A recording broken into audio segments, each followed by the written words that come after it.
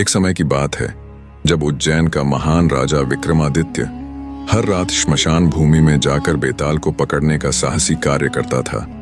बेताल हमेशा उसकी पीठ पर बैठकर एक नई कहानी सुनाता और एक कठिन सवाल पूछता था।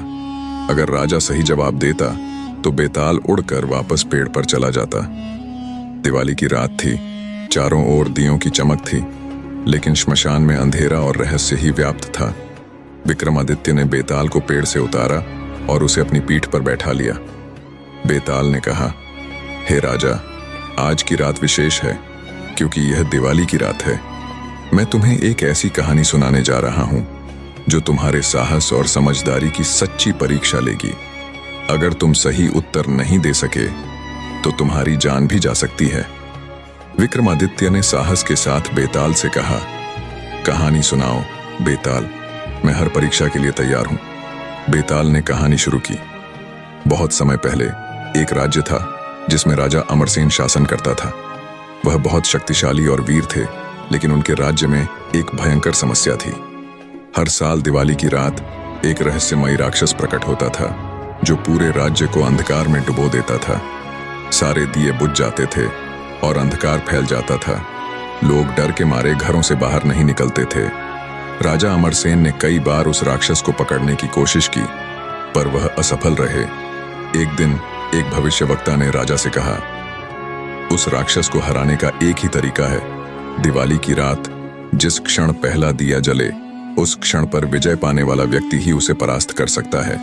लेकिन याद रखना, इस कार्य के लिए केवल सबसे वीर और बुद्धिमान योद्धा ही सफल हो सकता है।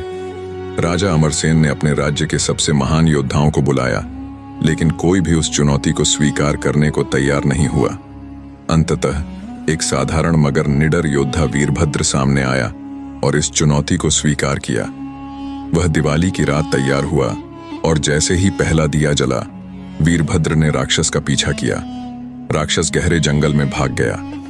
वीरभद्र ने उसे वहां पकड़ लिया, लेकिन जैसे ही वह उसे मारने वाला था, राक्षस ने कहा, अगर तुम मुझे मारोगे तो पूरे राज्य में अंधकार सदा के लिए छा जाएगा। वीरभद्र उलझन में पड़ गया। राक्षस को मारना राज्य के लिए खतरनाक था, लेकिन उसे जीवित छोड़ना भी विनाशकारी हो सकता था। वीरभद्र राक्षस की बात सुनकर कुछ क्षण के लिए चुप हो गया। उसकी आंखों में उलझन थी, लेकिन फिर उसने अपनी तलवार को नीचे कर दिया और शांत स्वर में कहा, मैं तुम्हें मारकर अपने राज्य को अंधकार में नहीं डुबो सकता, लेकिन मैं तुम्हें यूं ही नहीं छोड़ सकता। तुम्हारे द्वारा फैलाए गए इस अंधकार का भी अंत होना चाहिए। बताओ, तुम्हारे इस आतंक का कारण क्या है? राक्षस हंसा और बोला, तुम समझदार हो वीरभद्र। मैं केवल एक राक्षस नहीं हूं, बल्कि इस राज्य की पुरानी कहानियों और डर का जीवंत रूप हूं। जब तक लोग अपने डर को समाप्त नहीं करेंगे, तब तक मैं जीवित रहूंगा। मुझे कोई नहीं मार सकता क्योंकि मैं डर से बना हूं।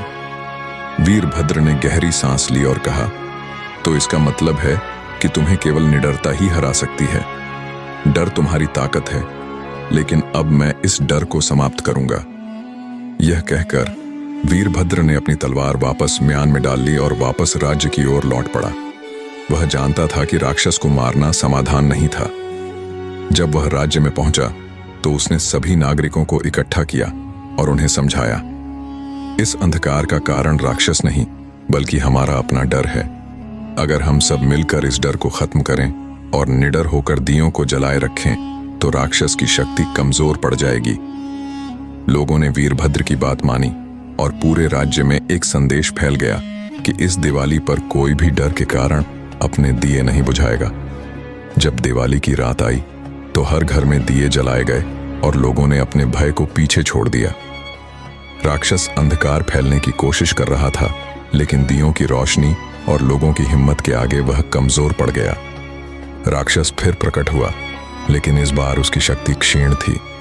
वह राज्य के लोगों के निडरता के सामने टिक नहीं पाया और धीरे धीरे अंधकार के साथ ही गायब हो गया।